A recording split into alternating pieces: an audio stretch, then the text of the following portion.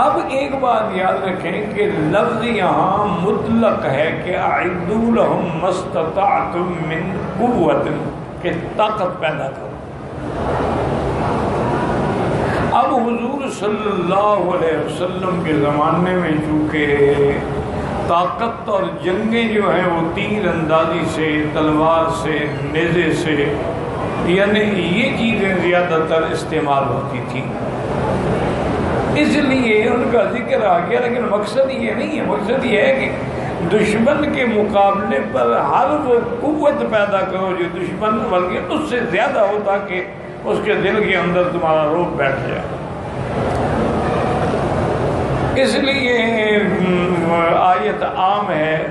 جیسے کہ حضور صلی اللہ علیہ وسلم نے جب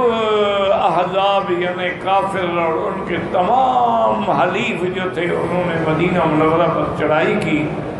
تو حضور صلی اللہ علیہ وسلم نے حضرت سلمان فارسی کے مشورے پر خندقیں کھدوائی۔ حالانکہ یہ خندقیں جو تھیں یہ فارس والوں کی اور روم والوں کا طریقہ تھا، لیکن حضور نے اپنائے کہ دشمنوں کی رکاوٹ کے لیے خندقیں فائدہ مند ہیں۔ اسی طرح حضور صلی اللہ علیہ وسلم نے جب خیبر فتح کیا تو خیبر کے قلعے میں ایک قلعہ تھا صعب کے نام کا، وہ بہت بڑا مضبوط قلعہ تھا۔ اللہ نے مسلمانوں کو فتح دی، اور اس کے اندر مسلمانوں کو جو چیزیں ملی نا جی، جہاں تلواریں اور نیزے اور تیر، اور وہاں دبابات کا معنی یوں سمجھنے جیسے آج کل ٹینک ہے، لیکن اس دور میں وہ لوگ دبابات جو بناتے تھے نا لکڑی کی، اور چمڑا لگاتے تھے اس کے اوپر، اور اس کے اندر بیک وقت 3 یا 4 آدمی بیٹھ سکتے تھے، اور وہ دشمن کے قلعوں کے قریب آ کے کھڑا ہو جاتا تھا، اسی کے اندر سے بیٹھ کے مسلمان دشمن پر تیر اندازی کرتے تھے اور ان کے تیروں سے محفوظ رہتے تھے۔ جب دبابات ملے، اور اسی طرح ایک روایت میں ہے کہ منجنیق بھی ملا۔ منجنیق کا معنی یوں سمجھیں کہ جیسے آج کل کے دور میں آپ نے دیکھا نا کرین لگی ہوئی ہوتی، وہ ایسے منجنیق ہوتی ہے، اس کے ذریعے دشمن کے قلعے پہ پتھر پھینکے جاتے ہیں۔ اور سب سے پہلے منجنیق بنانے والا کون ہے؟ نمرود۔ کہ جب سیدنا ابراہیم علیہ السلام کو آگ میں ڈالنے کا فیصلہ ہو گیا، اور اتنی بڑی آگ کا الاؤ بنایا گیا کہ بعض روایات اسرائیلیہ میں ہے کہ تقریباً 1 میل مربع وہ آگ کا الاؤ تھا۔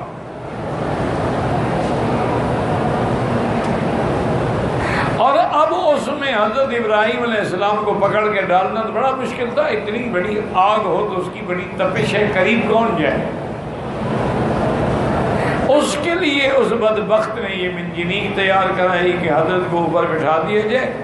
اور اس منجنیق کے ذریعے جو ہے رسی سے کھینچیں اور حضرت ابراہیم کو الٹ دیں۔ تو سب سے پہلے منجنیق جو ہے وہ نمرود نے ایجاد کی، اور سیدنا ابراہیم علیہ السلام کا لباس مبارک بھی اتارا گیا۔ اللہ کے راستے میں یہ ساری چیزیں ہوتی ہیں، اس میں ہمارے لیے بڑے سبق ہیں کہ اللہ کے راستے میں تکلیفیں آتی ہیں۔ انبیاء پہ آئی ہیں، خلیل جیسے پیغمبر جو اللہ کا خلیل ہے، آپ کے کپڑے بھی اتارے گئے۔ اسی لیے صحیح حدیث میں ہے کہ میرے آقا نے رحمت دو عالم نے فرمایا کہ قیامت والے دن اول من یکسا من حلل الجنت ابراہیم، سب سے پہلے جنت کا جوڑا جو ہے ابراہیم کو پہنایا ہے۔ حتیٰ کہ صحابہ نے پوچھا قبل کا یا رسول آپ سے بھی پہلے؟ فرمایا ہاں مجھ سے بھی پہلے، چونکہ اللہ کے راستے میں اس کے کپڑے اتارے گئے تھے، آج اللہ بدلا دیں گے کہ حشر میں ساری دنیا سے پہلے ابراہیم کو جوڑا پہنا۔ حالانکہ منجنیق کا موجد یعنی نمرود تھا، لیکن حضور نے بھی وہ منجنیق قبول کی اور حکم دیا کہ منجنیق بناؤ۔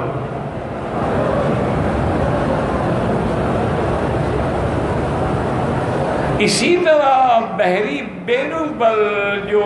جنگ ہوئی اس کا موجد بھی سیدنا معاویہ رضی اللہ تعالیٰ عنہ ہے۔ تو میرے کہنے کا مقصد کیا تھا، یہ ہے کہ جس قسم کی دشمن کی طاقت ہے اس کے مقابلے پہ ہم نے طاقت بنانی۔ اس کے پاس ایٹم ہے، ایٹم بناؤ، میزائل ہے، میزائل بناؤ، ٹینک ہے، ٹینک بناؤ، ہوائی جہاز ہیں، بمبار ہیں، بمبار بناؤ۔ یعنی ہر وہ چیز جو دشمن کی طاقت ہے تم اس سے بھی بہتر پیدا کرو۔ تو اللہ تبارک و تعالی نے فرمایا کہ لیکن یہ ساری چیزیں کرنے کے بعد اصل مدد جو ہے وہ اللہ کی،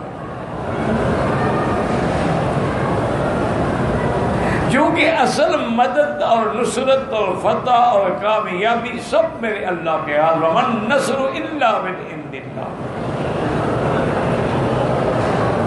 یہ پڑھنے کے بعد جو آج کے سبق میں نے پڑھا وَإِن جَنَحُوا لِلسَّلْمِ فَاجْنَحْ لَهَا وَتَوَكَّلْ عَلَى اللَّهِ إِنَّهُ هُوَ السَّمِيعُ الْعَلِيمُ۔ وَإِن جَنَحُوا، اگر کافر جھکیں یعنی کافر خواہش کریں سلو کرنے کی تو آپ بھی سلو کر لیں۔ معنی یہ ہے کہ کافروں کے ساتھ بھی سلو ہو سکتی ہے، لیکن اس انداز میں کہ مسلمانوں کی طاقت برقرار رہے، مسلمانوں کی عظمت برقرار رہے۔ مقصد یہ ہے کہ ہم جھک کے سلو نہ کریں بلکہ سر بلند ہو کے سلو کریں۔ اور سلو کرنا، کافروں سے معاہدہ کرنا، سلو کرنا سب جائز۔ البتہ بعض علماء یہ شرط لگاتے ہیں کہ سلو کی مدت جو ہے وہ 10 سال سے زیادہ نہ ہو، کم تو ہو یعنی لیکن زیادہ نہ۔ کہ حضور صلی اللہ علیہ وسلم نے حدیبیہ میں جب آپ کو عمرے سے روکا گیا اور آپ کی صلح ہوئی قریش مکہ سے تو اس کی مدت 10 سال، اور جب معاہدہ ہو جائے فرمایا اس کی خیانت کبھی نہ کرے۔ مومن کی شان یہ نہیں ہے کہ خیانت کرے، اور صلح کے بعد بھی دشمن جھک گیا لیکن آپ اللہ پہ بھروسہ رکھیں۔ اور کبھی ایسے حالات بھی ہوتے ہیں کہ مسلمانوں کی صلح میں فائدہ ہے، نہ کرنے میں نقصان ہے، اس وقت بھی ہم صلح کر سکتے ہیں۔ ایک تو یہ ہے نا کہ کافر صلح چاہتا ہے، ایک یہ ہے کہ حالات ایسے ہو گئے ہیں مجبور ہے کہ اگر صلح نہ کرے تو ہمارا زیادہ نقصان ہے، تو اس وقت بھی ہم صلح کر سکتے ہیں۔ اور صلح میں معاہدے میں جو جو شرائط طے ہو جائیں اسلام کہتے ہیں اس میں کبھی خیانت، چاہے وہ معاہدہ کافروں سے کیوں نہ ہو، کبھی خیانت۔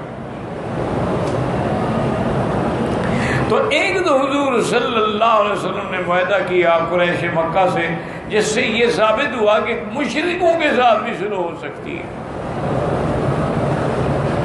اور زمانے میں مشرک جو تھے قریش مکہ بتوں کے پجاری تھے، جیسے آج ہندو ہے، یہ بھی تو بتوں کے پجاری ہیں، تو ان کے ساتھ بھی صلح ہو سکتی ہے۔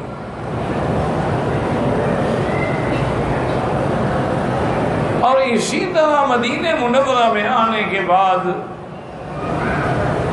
سرکار دو عالم نے جو معاہدہ کیا میثاق مدینہ کے نام سے، آج بھی حدیث کے کتابوں میں موجود ہے، وہ یہودیوں کے ساتھ تھا، بنی قریظہ کے ساتھ، بنو نذیر کے ساتھ، یہ قبائل تھے یہود کے۔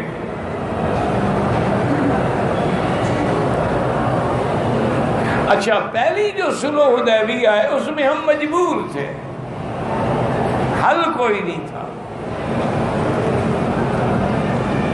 اور پھر ہم کوئی جنگ کے لیے تیار ہو کے نہیں آئے تھے، بغیر ہتھیاروں کے کیسے ہم مقابلہ کر سکتے تھے؟ اور پھر ہم مدینہ منورہ سے آئے تھے جو 500 کلومیٹر دور تھا، مکے والے جو ساتھ مکے کے ساتھ بیٹھے تھے حد حرم پر، یعنی ان کی کمک تو آ سکتی تھی، ہماری کمک کیسے آئے گی؟ مجبور تھے۔ لیکن مدینہ منورہ میں جو صلح ہوئی، ہم مجبور نہیں تھے، یہودی مجبور تھے۔ یہودی ڈر گئے کہ مسلمان جو ہیں کامیاب ہوتے جا رہے ہیں اور طاقت روز بروز بڑھتی جا رہی ہے، اب ان سے ہم جنگ نہیں کر سکتے۔ تو انہوں نے بھی بیٹھ کے پلاننگ کی کہ یہودی بڑا ہی مکار ہے، عیار ہے، غدار ہے، یہ بہت بڑا سوچ سمجھ کے قدم اٹھانے والا دشمن ہے، یعنی دانا دشمن۔ انہوں نے سوچا کہ اب ہم مسلمانوں کا مقابلہ نہیں کر سکتے، اب حل یہ ہے کہ ہم مسلمانوں کے ساتھ صلح کر لیں، اپنے جان و مال کا تحفظ کریں، اور پھر حق حالات ہے، وقت ہے، جب موقع ملے گا دیکھا جائے گا، اور اگر مسلمان کامیاب ہو گئے تو ہمارے کم سے کم وہ بھی واحد تو ہوں گے نا ہمارے، کہ ہمارا آپ کے درمیان عہد ہے، عقد ہے۔ اور اللہ کی شان دیکھیں کہ مکے والوں نے جو معاہدہ کیا انہوں نے توڑا، حضور نے نہیں توڑا، انہوں نے وہ معاہدہ وقت کے آنے سے پہلے توڑ ڈالا، اور مدینہ منورہ والوں نے جو معاہدہ کیا وہ بھی انہوں نے توڑا، حضور نے نہیں توڑا۔ انہوں نے جب احد کے موقع پہ موقع ملا تو بنو قریظہ اور ان یہودیوں نے مکے والوں کی مدد کی، حالانکہ معاہدے میں طے تھا کہ ہمارے دشمن کی مدد نہیں کریں گے، لیکن انہوں نے غداری کی، جس کی وجہ ایک ظاہری سبب جو ہے شکست کا، ایک یہ بھی تھا کہ انہوں نے اپنی طاقت جو تھی وہ ہٹا لی، اور بلکہ مشرکین مکہ کی مدد کی، اور اصل سبب تو یہ تھا نا کہ حضور کی فرما برداری میں، اطاعت میں کوتاہی ہوئی، اور جن کو حضور پاک نے جبل رمات پر پابندی لگائی تھی کہ اس دروازے کو نہیں چھوڑنا ہے چاہے ہمیں فتح ہو یا نقصان ہو، جب انہوں نے وہ دروازہ چھوڑا تو فتح شکست میں بدل گئی۔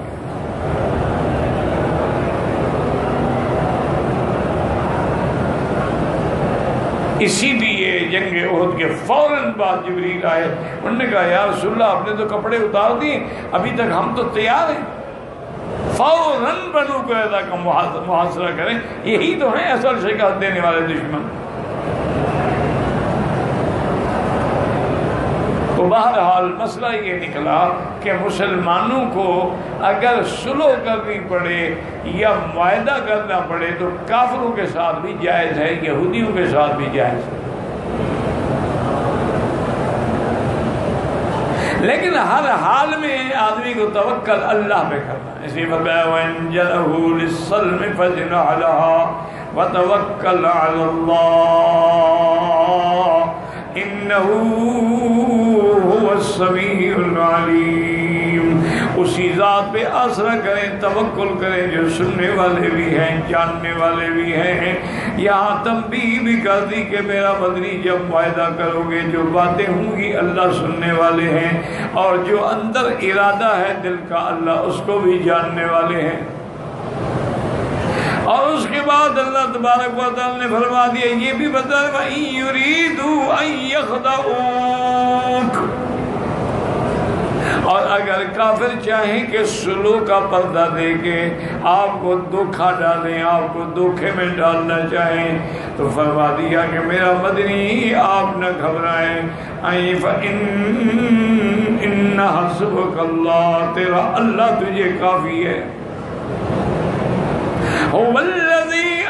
ایدک بنصرہ وبالمؤمنین، وہ ذات ہے جس نے آپ کی تائید کی، کامیاب فرمایا اپنی طرف سے مدد کر کے، اور ظاہری اسباب کی حد تک مومنین کی جماعت کو آپ کا پروانہ بنا کے، آپ کا دیوانہ بنا کے، کہ ان نے اپنا سب کچھ جو تھا وہ میرا مدنی آپ پہ قربان کر دیا۔ وَأَلَّفَ بَيْنَ قُلُوبِهِمْ، اور یہ اللہ کا کتنا بڑا احسان ہے کہ اللہ نے ان کے دلوں کے اندر الفت پیدا کر دی، محبت پیدا کر دی، کہ وہ سالہ سال کے ایک دوسرے کے دشمن قبائل جو تھے، اوس اور خزرج جو تھے، سب بھائی بھائی بن گئے۔ یہ الفت ڈالنے والے بھی اللہ کی ذات ہے، آپ نہیں کر سکتے۔ وَأَلَّفَ بَيْنَ قُلُوبِهِمْ لَوْ أَنفَقْتَ مَا فِي الْأَرْضِ جَمِيعًا مَا أَلَّفْتَ بَيْنَ قُلُوبِهِمْ،